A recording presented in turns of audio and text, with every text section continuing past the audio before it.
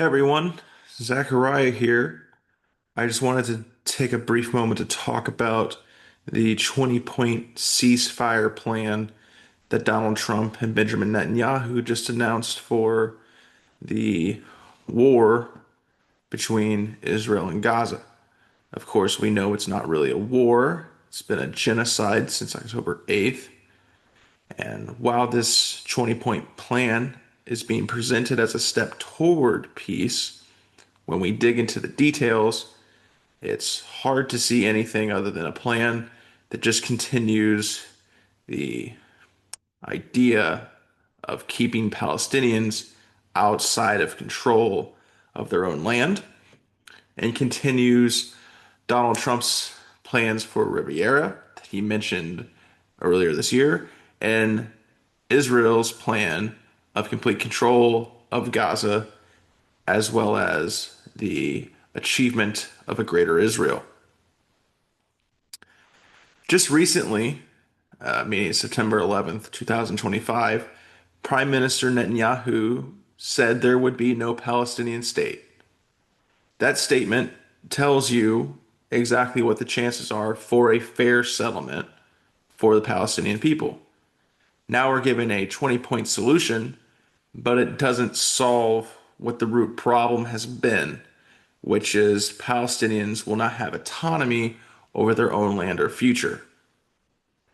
Here's what's laid out in the plan. Governance.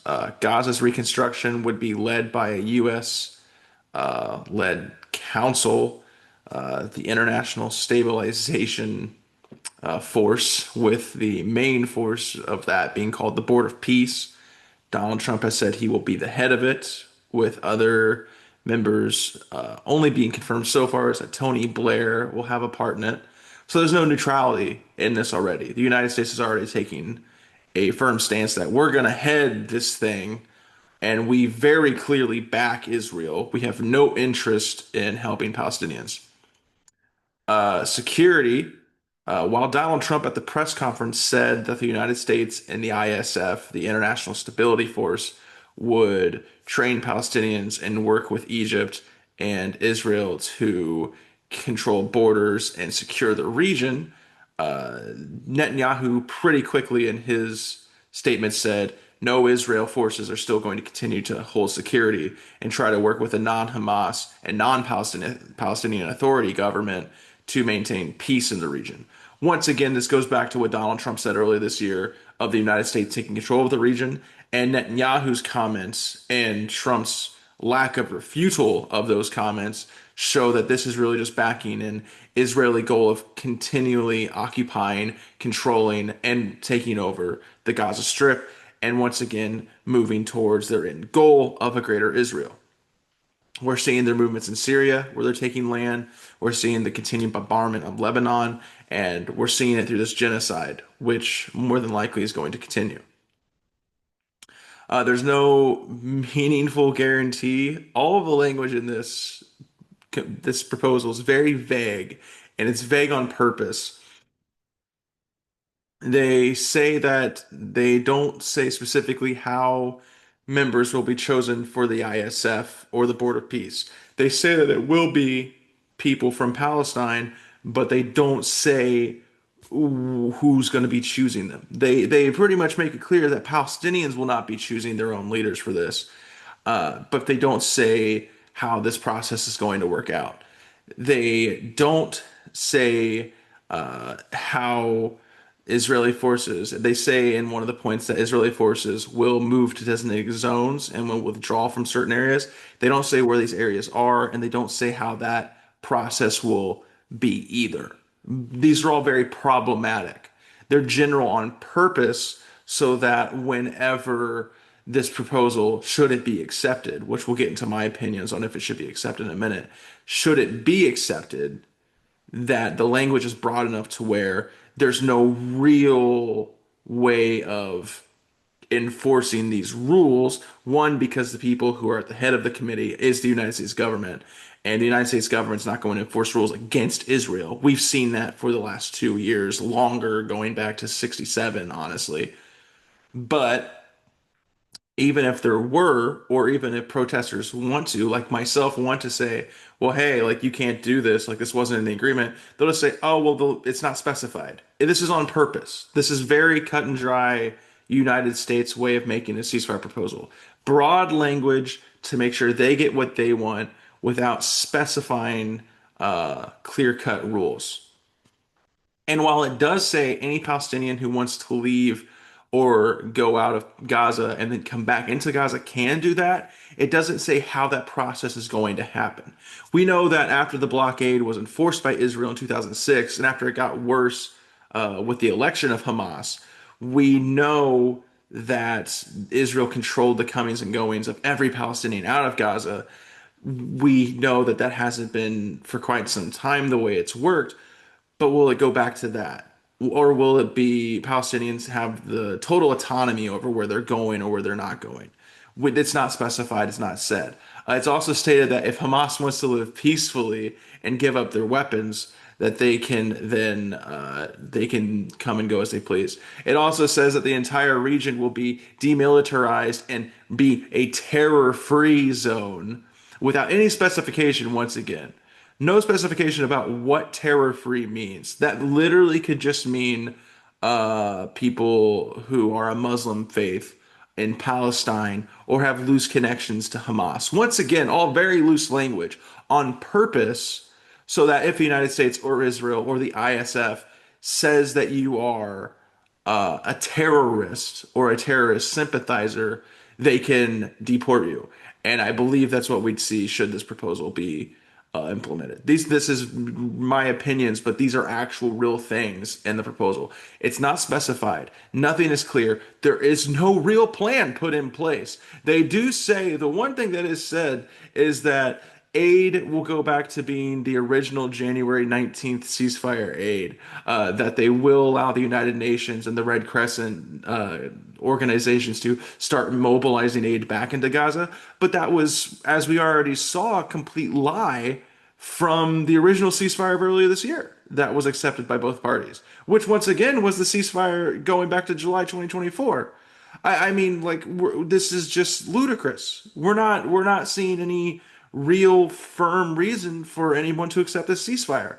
Not to mention, a main proponent and my biggest problem with this ceasefire is that it calls for the disarmament of all of Gaza, not just Hamas. All Palestinians in Gaza will have to give up any arms they have, completely taking away their ability to defend themselves. Now, we don't call on Ukraine to disarm so that Russia doesn't feel threatened by them, even though Russia has been very clear that they felt threatened by Ukraine and are now announcing that they feel threatened by the rest of the West with recent actions they've been taking. But we're going to call on an entire population to lay down their weapons in ways of protecting themselves when we have a state, Israel, with a history of non-provoked assassinations, bombings, and murders. I mean, you could just look at the Great March of Return of 2019 for this. Unarmed people marched towards the border, just having parties and protesting and picketing peacefully. And Israel lined up their best snipers, and if they didn't kill them, they maimed them for life. So to act like it is a reasonable request for a state's population to give up their arms, to give up their ability to defend themselves, that is something that is unacceptable. I'm a nonviolent person. I'm an advocate for peace in all situations. I think nonviolence is truly the best and most meaningful way to achieve change. But at the same time, I would never expect a nation or a people who are under constant attack to lay down their arms. That's not an acceptable component. That's not an acceptable ceasefire. This ceasefire has been made 100% so that Hamas will reject it. And then the United States and Israel can say, we tried to give them the peace that everyone's been calling on, and you guys said you didn't want it. So now we're going to go back to what is literally said in the components, in the 20-point plan. The fourth to last point says, and by fourth to last, I mean the fourth to last in the way that I was reading it on Al Jazeera's website. The fourth to last point says if Hamas rejects or delays this proposal, Israel will go back to its military efforts and it will be raised to scale, which they are already demolishing Gaza City. They've displaced 1.5 million people. They've killed 25,000, maybe 30,000 women and children. It's insane. It's totally insane to think that this would be acceptable by anyone. Not to mention, they say that if they delay this proposal without saying what delay means. So literally this morning, I'm recording this at about 12:30 Tuesday morning was when I started. This morning, so about 6 hours, the United States government could say, well, Hamas waited too long. We think they're delaying. And now we're going back to violence. And then the genocide continues. It's ludicrous. You could not expect people to accept this. And if they do accept it, if Hamas does accept it, they may actually get the amnesty from laying down their arms that they're going to get. But the Palestinian people will lose any chance of autonomy or a right to return or a right to self-governance. It's completely out of this world.